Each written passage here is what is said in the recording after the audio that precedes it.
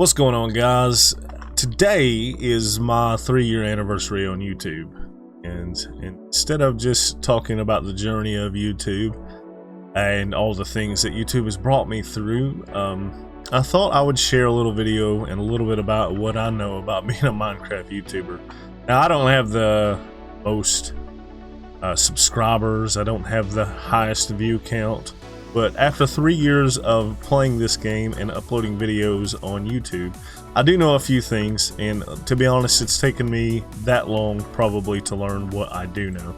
So while I mine out here, I thought I might talk a little bit about that, and hopefully some of it may help you guys out, and honestly I hope it really just starts a conversation down in the comments, get you guys engaged, and maybe you guys can teach me a thing or two about what I don't know. And by the way, we are playing in my hardcore world, so hopefully we don't die along the way.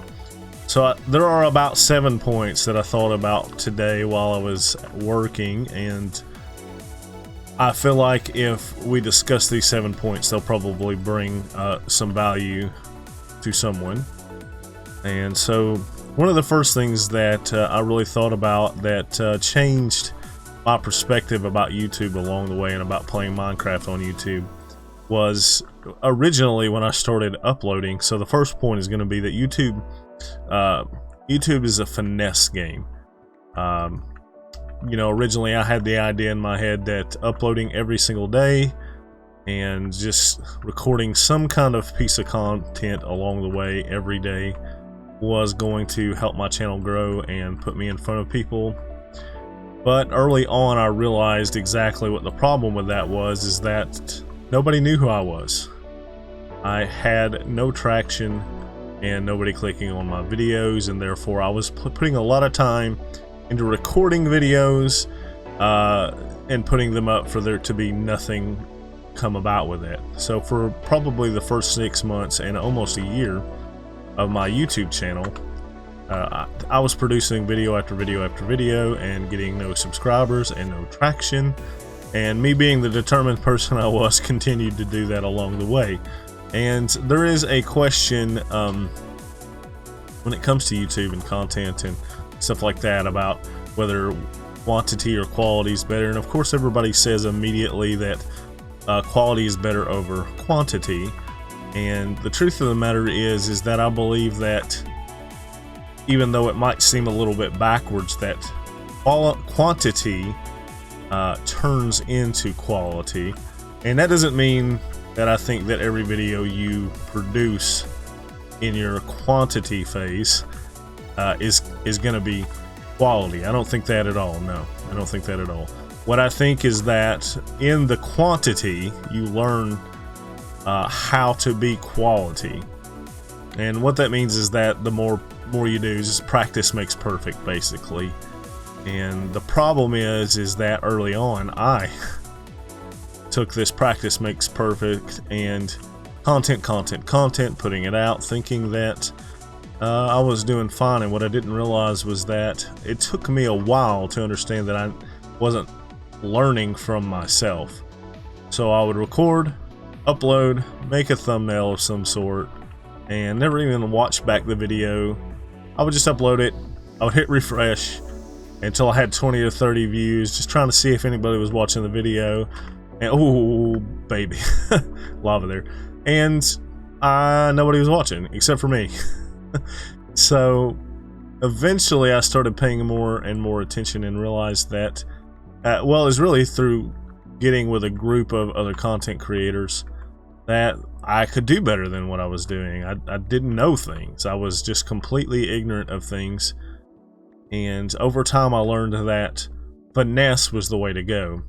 Because there's a thing that happens in YouTube, and we all start making what is called lazy content. And what I was doing in the beginning wasn't lazy content because I couldn't do better, but it would have been lazy content later when I didn't learn to grow from it.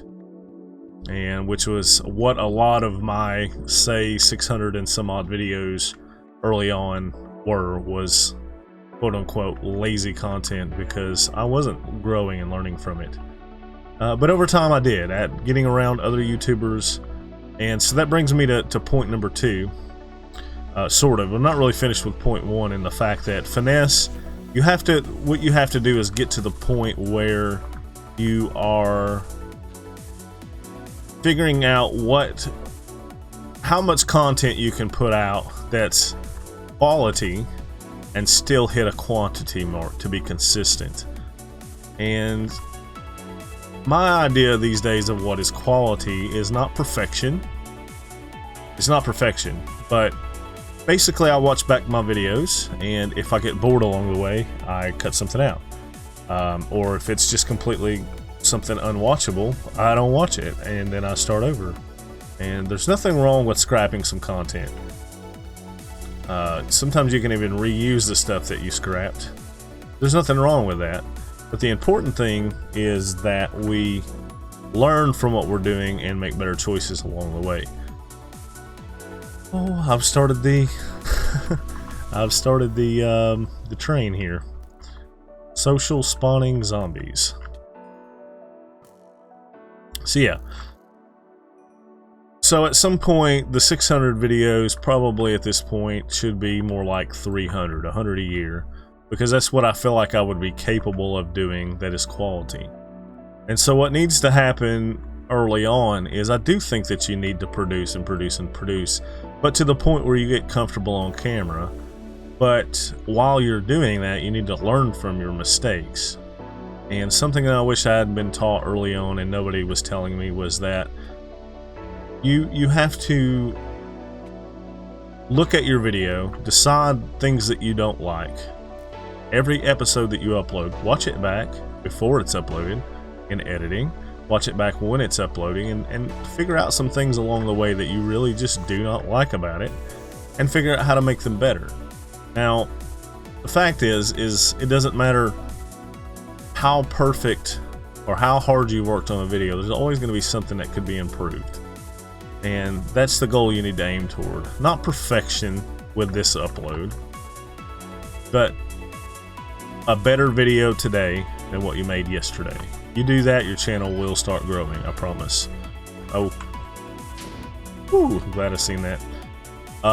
You know, and that's how you have to go about this. Now, point number 2 is network. If you want to grow and you want your YouTube stuff to be seen and out there on the platform, is you actually do have to network. This is all something I've learned along the way as well, because before YouTube, I didn't have Twitter. Before YouTube, I didn't really use Facebook. Before YouTube, I didn't know what Reddit was. Before YouTube, I didn't use Instagram. These are all things that I had to learn along the way. I'm older than most people playing Minecraft and check this out, and doing YouTube content. It's I don't know why that's a recipe.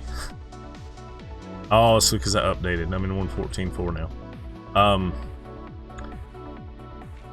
I've seen several people on YouTube do a really fantastic job, who have just started out on YouTube and crushed what I did when I first started, because they already had a concept. They were already in communities. They were already networking.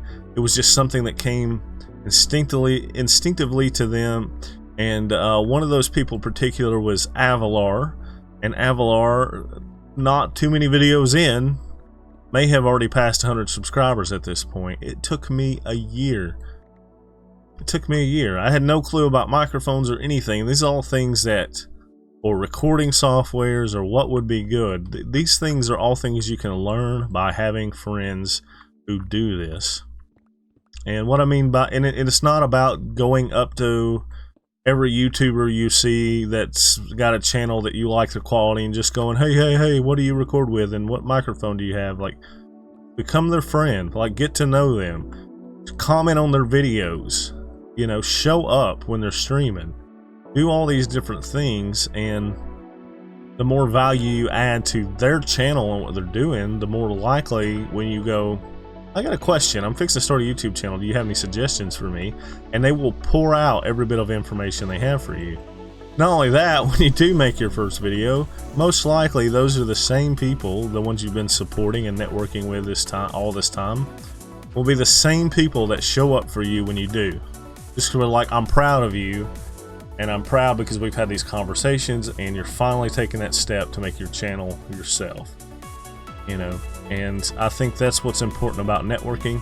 And plus, you should always have people that you show up for them no matter what. Other YouTubers, like Vidagavia and Nubica on my end, every video they upload, I always watch. May not be right away, but I always watch and leave a comment. Sometimes I forget to leave comments, especially on Nubica's video, just because you get so into it, or, you know, just that kind of thing. But the point is you always show up for the video, you leave a like, you comment, and those are the best ways to network. You know, pick one platform, Twitter or Instagram. I would say Twitter, probably. Twitter or Discord, one or the other, and really just get to know some other YouTubers and some other people inside the community, and it will boost you through the roof to begin with, especially if you have some idea from talking to them and watching other content what might be quality video. Okay, so the next point is time, and I know I'm probably taking up quite a bit of time. It's been 11 or so minutes so far already in this episode or in this conversation, but time is the most valuable thing. Most valuable thing, period. I mean, we can make more money, we can't make more time. You might lose a relationship, you can get another one of those. But once you're born, you're allotted a certain amount of time, and then you die. And that's just plain and simple facts. And so everything we do with our time is something that has to be considered valuable to us. It's the most expensive commodity we have. Why is... I understand my hunger bar is missing. Doesn't make any sense. Oh, I know what it is. Resource packs. Let's get rid of that. Okay, yeah, because I'm playing the old stories. There we go. That's gonna fix that. Done. There we go. Hunger bar. All right. So we were talking about networking. Yeah, but I think I was pretty much done with that point. Oh, we were talking about time. That's right. So everything you do. I mean, I'm caving and digging in this video because I'm having a conversation with you guys that brings value to somebody, right? Or I think it brought value to me, or it will bring value to somebody to share what I know. And I feel like that's the main point. Like, is what you're doing in this video that you're recording currently, is that bringing value? And if not, then you're wasting someone's time. So for me, I learned that a good rule of thumb is that there are plenty of things that everybody does in Minecraft. One of them is digging. One of them is fishing. One of them is just running around in a field. Like, if you can't make what you're doing funny or entertaining or valuable, then why are you showing it on camera? Now, if you're making a video for fun, that's great. Now, there's a rule of thumb that I go by. For instance, if I'm recording with other people, the value that comes from the conversation with the other people, even though we're maybe digging or fighting mobs or something that's a normal thing that happens every day, leave that in, because the banter brings value. But if you're just playing in a single player world, you know, if your commentary at least can't bring value in that moment, you don't have something interesting to talk about, if you can't think of it a fantastic way just to bring value, then cut that out. Like, because people show up and they have a certain amount of time. You know, we make episodes that are a lot of times 20 minutes long doing Minecraft. Think about cramming that 20 minutes of time that you wanted to record for that episode and cut that down to half the time, and find out how much better your watch time is, how much better the views are. And I don't mean your general watch time, I mean your audience retention time. How long do people stay in the video? The percentage, like if you did 20 minutes and they stay for 5, that's only 25%, right? If you did a 10-minute video and they stay for 5, that's 10%. And so what I'm getting at is that people's time is valuable. So take your videos, figure out what's boring and what's not valuable, and figure out clever ways to cut those out so that people have a more enjoyable experience watching your videos along the way. And you will find that people will be more engaging and they'll be more regular to have, you'll have better watch time basically overall, because 20-minute video you might get 1 or 2 people, maybe, you know, you might even get 25% of the people to watch most of the way through. But what happens with YouTube is that if your video is not getting great watch time, if it's like 25% or below, they're not going to recommend it as often as they would a video at 50%. And therefore, you may be catching more watch time in your initial views. Overall, when they recommend and more people watch, you'll get more videos in the long run, more views in the long run that have better watch time. So basically what I mean is just think about what you're recording. Realize that people have a limited amount of time to watch YouTube in the first place, unless it's a kid. I mean, for adult views, we all work, we all have kids and responsibilities and that kind of thing to deal with. I mean, everybody doesn't have the same thing. Everybody doesn't have kids, is not what I'm trying to say, but there are a lot of parents playing Minecraft and watching Minecraft videos, and a lot of people that work and have other things they want to do in life. And so give them a reason to want to watch your video by respecting their time. And that is probably the most important thing that I've learned along the way, is that people's time is important. And why are they going to choose to watch my video over Eximavoid or Mumbo Jumbo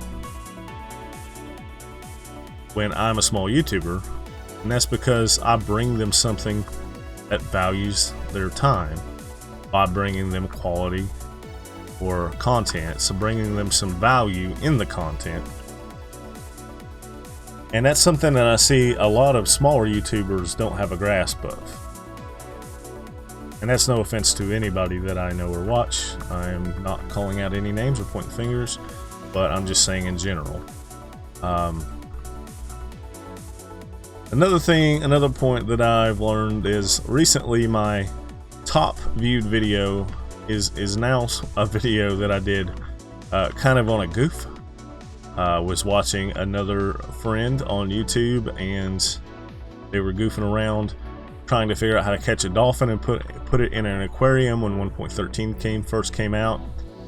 And I knew a little bit about how to do this, and I made a video about how to catch a dolphin.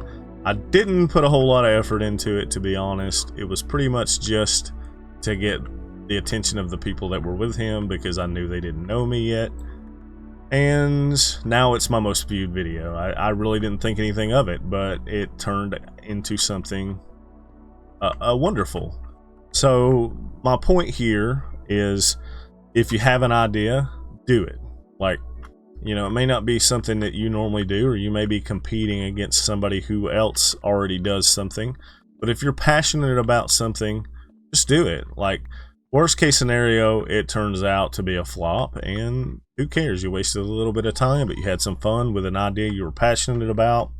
And the best case scenario, may turn into the best thing you've ever done on your channel. And so I don't think that we should stifle ourselves from things that might be fantastic or at least fun in the moment just because of a little bit of fear. And that kind of comes into the next point, is that you don't need permission. It's just because you see someone else doing something on the regular, Eximavoid, Cub Fan, Logical Geek Boy, IBX Toy Cat, all these other bigger YouTubers doing like snapshot videos. If you wanted to do a snapshot video, do a snapshot video. There's absolutely nothing wrong with that, and nobody can tell you that there is. I mean, you might have comments being negative about it and telling you not to do that because somebody else is doing it and you don't have the authority to, or whatever. Well, basically those guys all do the same thing. They look up the patch notes, something that anyone can read. They go play around for an hour or two after the snapshot comes out, and then they put the video out. Some of them may put it out a little bit later and they get the benefit of everybody else's knowledge, and sometimes turns out to be a better video like that. And if you get that video out early enough, and I've seen this happen because I've done it myself, you can get quite a bit of traction to your channel by beating everyone else to the punch. You don't have to do this perfectly. You just have to explain what your thoughts about what is coming in the next update are based on what you read.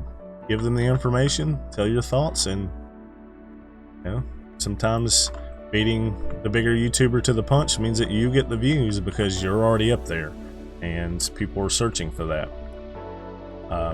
So you don't need people's permission. If you want to start a YouTube channel, or if you're doing one and you want to try something new, just do it. Like, don't stifle your creativity based on somebody else's opinions. You should never do that. And it kind of this falls in line sort of, but I was gonna say be original. Like, if you're gonna do someone else, if you're gonna do snapshot videos, do them your way. Like, do Minecraft your way. Two people I know in particularly that do things their way are Logical Geek Boy, and when he makes farms, he may use concepts that people have already done, but he makes them his own and does them unique and funny. Like, he did a blaze farm that was a roller coaster for the blazes, basically. And another guy that I know is One Man One Game. He does Bedrock Minecraft tutorials and gameplay, and well, a lot of other things at this point. But the point is he would make 4 or 5 different skeleton spawner farms, and he would do things his way, and it would be different, and it would be, wouldn't necessarily be the most efficient thing ever, but the point was he was trying to show fun and unique ways to do things in Minecraft, and that was the point. It wasn't about how efficient he could make something, it was about how could he make this more fun. And I think there's not enough of that going on in Minecraft. Everybody's looking at what the best thing is these days, but also by doing things the best, you can be being original as well, because if you're doing it better than everybody else, you are the original, right? El Mango, for an example, who creates everything basically, and has become the benchmark of things in Minecraft because he did it better, and that was being original. So finding underpriced attention, and I did this at one point in time. I was doing a series on the Mine Saga server, and there was a lot of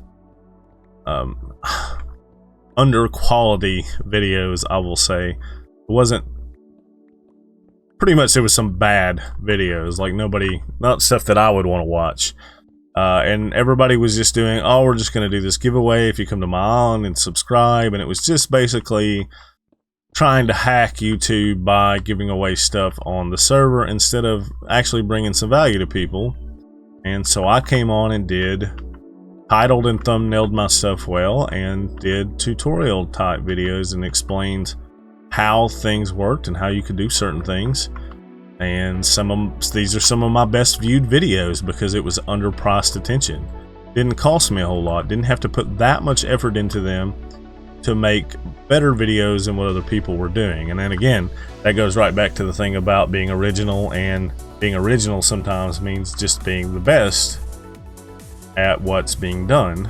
And yeah, I ultimately stopped playing on Mine Saga because Mine Saga, even though my videos turned out to be pretty well, didn't want to give me a YouTube rank. And I get it, because my channel doesn't have 3,000 subscribers or whatever. And the point is there's a lot of things that I know that I wanted to share with you guys after 3 years of doing Minecraft. I don't do all of this well, but it is things that I know. They are things that I know that will help you along the way. And anyways, I hope that it did bring some benefit to you in some way, and some value to you. And if it did, let me know down in the comments. And I'd also really love to know if you have any other tips or any other ideas about YouTube that I didn't share that might help me out. Anyways, guys, I've been doing YouTube for 3 years now, and it is a big milestone. I haven't had some jobs for that long, you know what I mean? Like, just, I'm pretty ecstatic to be here. And for all you guys that have been here along the way, thank you so much for being a part of my journey. Not quitting anytime soon, and I'm pretty much in love with doing this, money or no money. And yeah, we'll see you in the next video. Bye bye.